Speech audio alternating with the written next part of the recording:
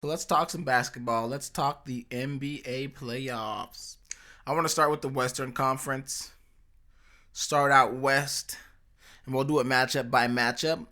So we got Memphis and Utah for the 1 versus 8 battle. I got Utah, 6 games. I think that Rudy Gobert and Donovan Mitchell are the guys, and then they're just too much. Everybody on Utah is battle tested. I don't think that the Grizzlies are bad or anything like that. It's just 7 games versus Utah. They're just too inconsistent right now. They're a couple years away from really competing, and I'm talking about Memphis here, in my opinion. Ja Morant is going to make some noise for sure in this playoff series, but I think ultimately the Utah Jazz can get it done, wrap it up within 6 games. Secondly, we have the Mavericks versus the Clippers. Now, this one is the trickiest one, in my opinion, in the West. I actually think the Clippers could pull this off, but I think it'll be a 7-game series. That might surprise some. I really like the Mavericks against the Clippers. They seem to play better against the Clippers than they do every other team, honestly. They give the Clippers fits. I don't know if it's Luka's speed and size or the other guys' stop and go ability or something, but the Mavericks give the Clippers problems.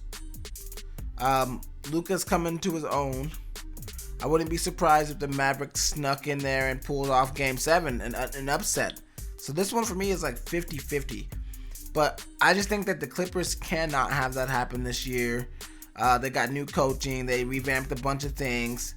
So if they have the same results as last year, losing to the Mavericks, I think it'll be very bad for business in that aspect of things. Right now, they just got to focus on getting some good production out of Paul George. Hopefully they get the PG-13 we all know and love, and not, as Shannon Sharp calls them, way off P. I thought that was funny. I thought that was super funny. But at the end of the day, we know that Paul George is a beast. He's a killer. So I think that he's not going to have the same thing as last year. And the Clippers pulled this off in 7 games. But if the Mavs pull it off, like I said, I would not be surprised. That one right there is my only one that's really undecided. But we'll see. Then we have Denver versus Portland. I got Portland winning in an upset in 6 games. Damian Lillard, CJ McCollum, they're figuring out a way to play. They're figuring out that small ball lineup. You can just see them getting better and better each year. Cantor adds something to them that really they didn't have before. I like it. They're figuring out how to maximize the smallness of their lineup and make it a positive thing for them. And yeah, I think Portland wins the series. Dame Lillard deserves it.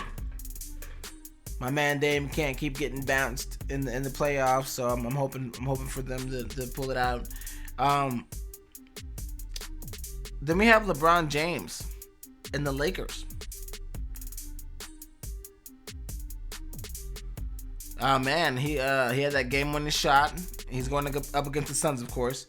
LeBron James was looking pretty concerning in that game to me, honestly, until the game-winning shot. I just didn't like the way the Lakers looked all first half.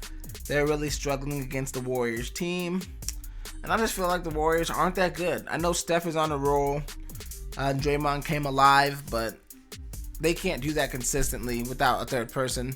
So I just felt like, of course they were going to beat the Warriors. And, yeah, the Lakers got the Suns, so they're not going to have an easy time, especially if DeAndre Ayton is motivated. I think the Suns can beat the Lakers in the 7-game series. That's what I predict. I really do. And I really have my money on Chris Paul wanting to get to the finals and wanting to have a chance to play against the Nets or whoever makes it out of the East, because Chris Paul never gets his finals chances when he's supposed to. He always gets injured in the most crucial moments where he could have gotten to a championship but doesn't. So I'm sure he's tired of that elusive, wonderful championship slipping away for him. And I got the Suns because I believe that the legend of Devin Booker is going to begin right now.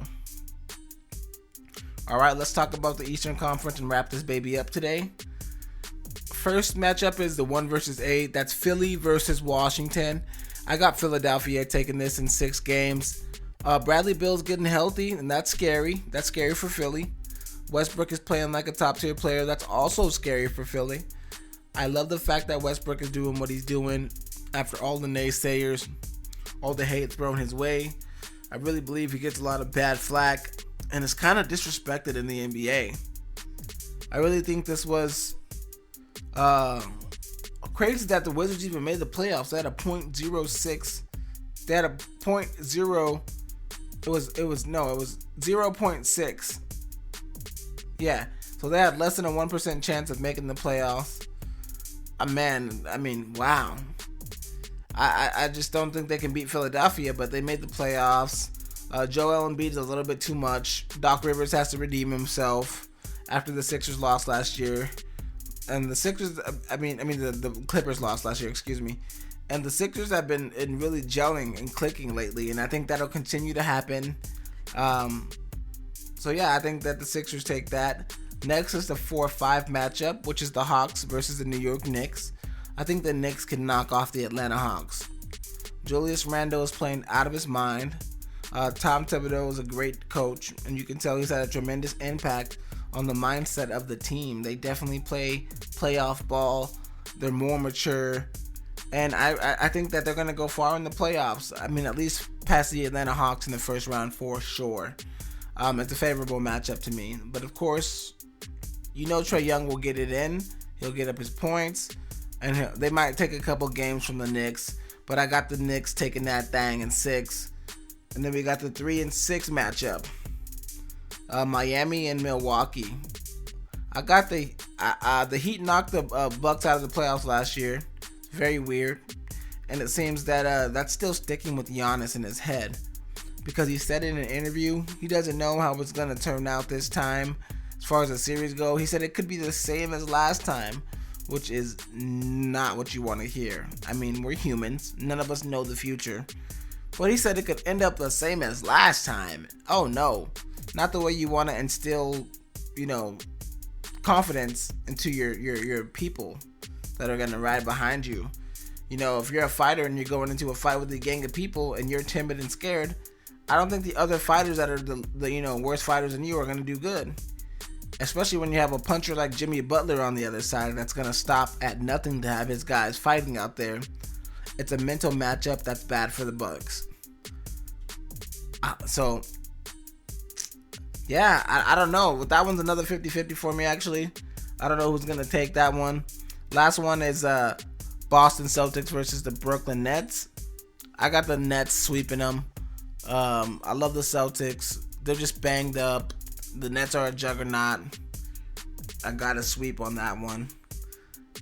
Those are my playoff predictions for both conferences.